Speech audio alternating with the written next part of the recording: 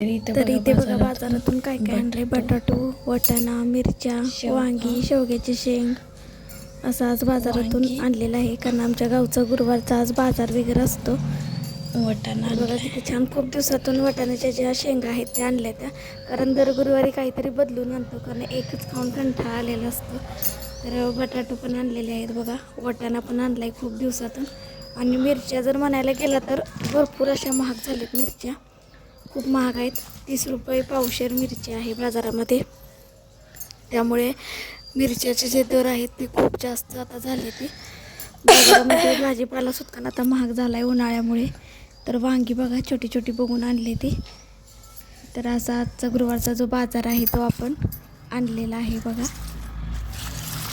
तर म्हटलं सगळं जे आहे ते साईडला काढून वगैरे ठेवायचं प्लॅस्टिकच्या पिशवीमध्ये घालून फ्रीजला, म्हणजे व्यवस्थित राहतात.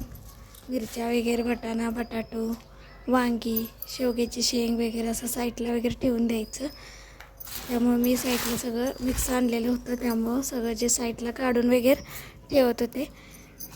तर असं आहे बघा गुरुवारच्या बाजारातून आणलेला जो माळवं वगैरे आहे ते. तर तुम्हाला कसं वाटलं नक्की सांगा. तर आमचा गुरुवारचा गावचा बाजार असतो. तर मागच्या गुरुवारी फ्लावर, कोबी वगैरे असं आणलेलं होतं. तर ते काय मी दाखवलेलं नव्हतं, पण आज आता ठेवायला लागले होते बाजार वगैरे सगळा काढून. मग म्हटलं तुम्हालाही दाखवायचं आज काय काय आणलं आहे ते बाजारातून. तर बघा आज असं आणलं आहे माळवं ते.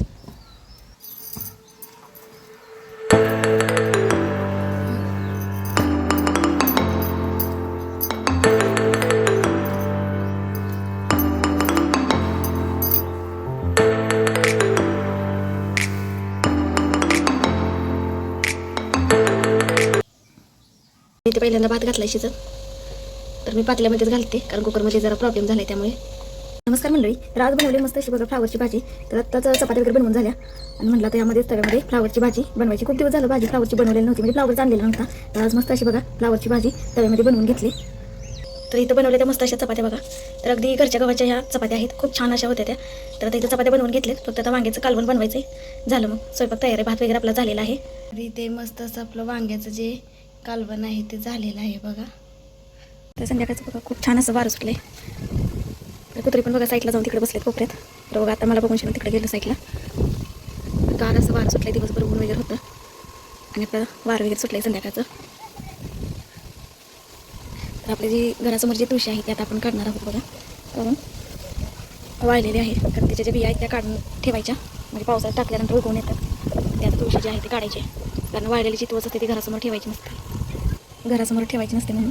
त्यामुळे आपल्याला ही काढायची येतात तुळस, थोड्या दिवस ठेवायची आणि त्याच्या ज्या बिया आहेत त्या काढायच्या आणि नंतर ना ज्या उगवून टाकायच्या अशा पावसाळ्यामध्ये. ते रोप एखादं उगवून आलेलं असते ते लावायचं. बघा किती गार असं वारं सुटले, गार वाटायला लागली अगदी एसीचं जसं वारं असतं तसं.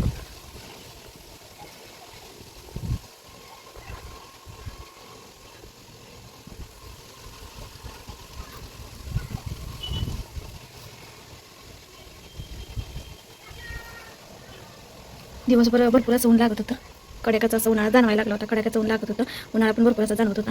पण आता संध्याकाळी गार अशी हवा सुटली, खूप भारी वाटते बघा.